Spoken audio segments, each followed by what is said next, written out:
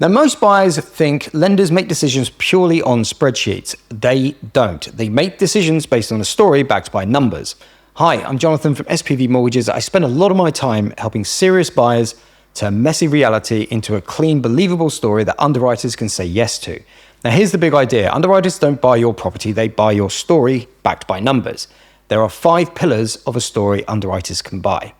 Pillar number 1, who is this borrower really? Credit wants to know who you are. What's your track record? Have you done anything like this before? If all they see is a name on a form and a company's house printout, that's weak. Your broker should be painting a clear picture.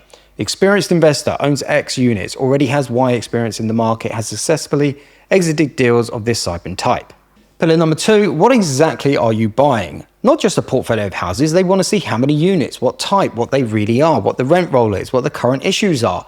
A clean, structured rent roll and a simple deal summary makes it easy for an underwriter to understand the asset. Pillar number 3, where is the money coming from? Source of deposit is where many deals die. If you've got multiple sources, joint venture partners, directors' loans, or recycled funds from other deals, that all needs to be clear, traceable, and explainable in one page. If the money trail is muddy, the story falls apart. Pillar 4, how does the lender get repaid? If this is a long-term hold on a solid debt service cover, with a clearly mapped out exit into term, debt, or a sale.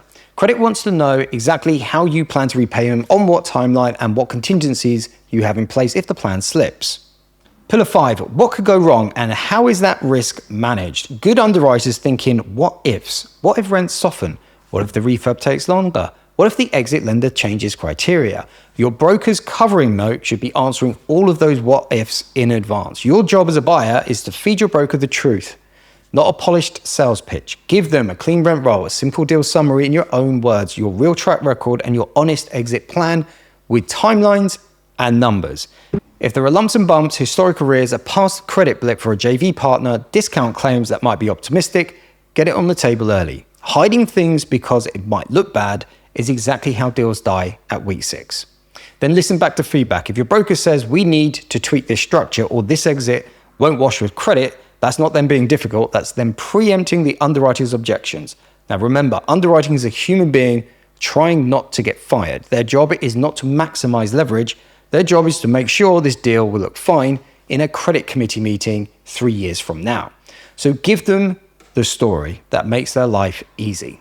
Now, if you've got a complex £1 million case and your broker has never once said, here's how we'll present this to credit, you probably don't have a story yet. Send me the current outline. I'll tell you what I'd be saying in the cover letter and whether your deal looks like something a lender can believe.